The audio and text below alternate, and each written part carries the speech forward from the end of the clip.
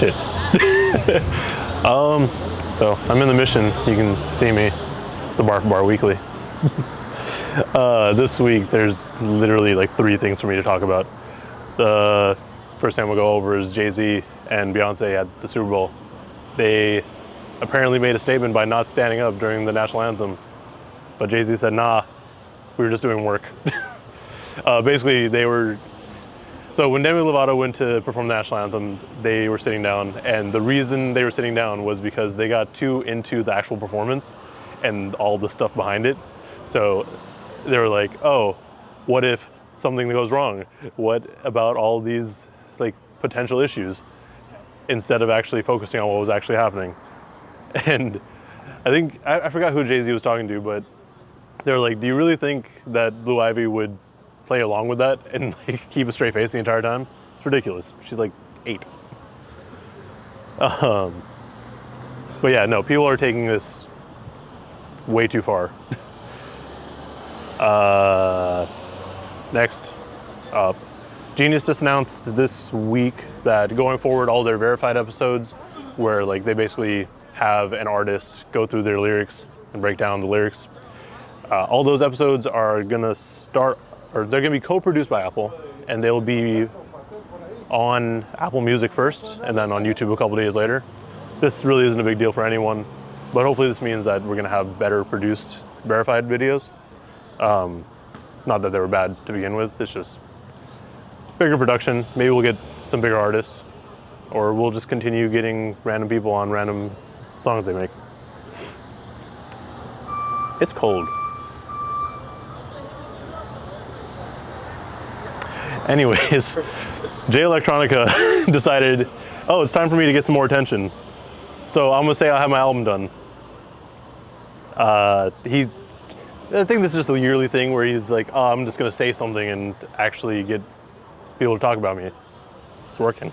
It's really working. So he said that his album was done. Like he announced that yesterday, which was Thursday night, the 6th. And then he also tweeted directly after that, album in 40 days. So I guess the album's coming out in March, but we'll see, because typically he's not very good about releasing anything. And a lot of people online, especially, or Reddit specifically, was like, oh, Jay-Z and Just Blaze like these tweets. It must be happening. But it probably won't. Last bit of interesting news, I guess. On Thursday morning, Denzel Curry went to Twitter to call out, you can go ahead. Oh, okay. Thursday morning, Denzel Curry went to Twitter and just started yelling at producers, but I couldn't tell if he was actually yelling or just how he tweets, because it was all caps. So yeah, he said something along the lines of "fuck all these producers." Then he said "on Lotto," which is his dead brother, so everyone was really serious about it. And then he added Kenny Beats. And then about 20 minutes later, Kenny Beats was on IG Live, and Denzel just hopped on and cursed him out. He's like, hey man, you fucked up. Wait, I can't curse on this. Basically, he was just yelling at him. But Kenny Beats is a terrible actor, so everyone assumed that it was just a marketing ploy, which it was. So a few hours after that, they release a short film on YouTube, which starts off with Denzel Curry calling up Kenny Beats saying, hey yo, I'm at the studio, I'm about to slap the shit out of you. And then he's like, well, what were you gonna do if I wasn't here? It's like, fuck, I'll just chill or something.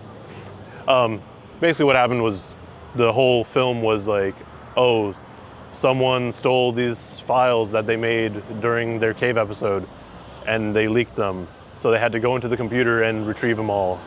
And each track had a different like theme to them. So it was really weird, but it was really fun to watch. That's all I have for actual news. The only other thing to talk about is album releases. The only ones I really listened to so far was Denzel Curry's and Kenny Beats' EP, Unlocked. It was enjoyable. It was 20 minutes long. You have no excuse not to listen to it.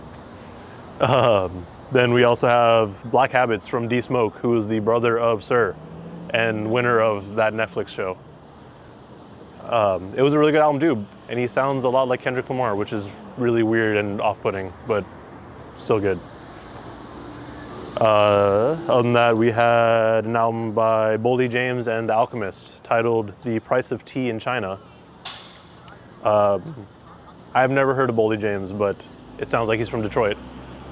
He's got a few features on this that a lot of people would probably like Vince Staples, Benny the Butcher, Freddie Gibbs, Evidence. So it's, I guess, typical collaborators for Alchemist. Other than that, Pop Smoke dropped an album. I forgot what it's called.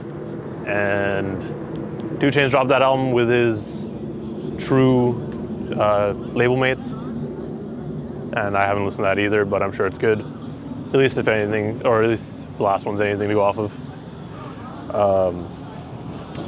But yeah, I don't know what else I got.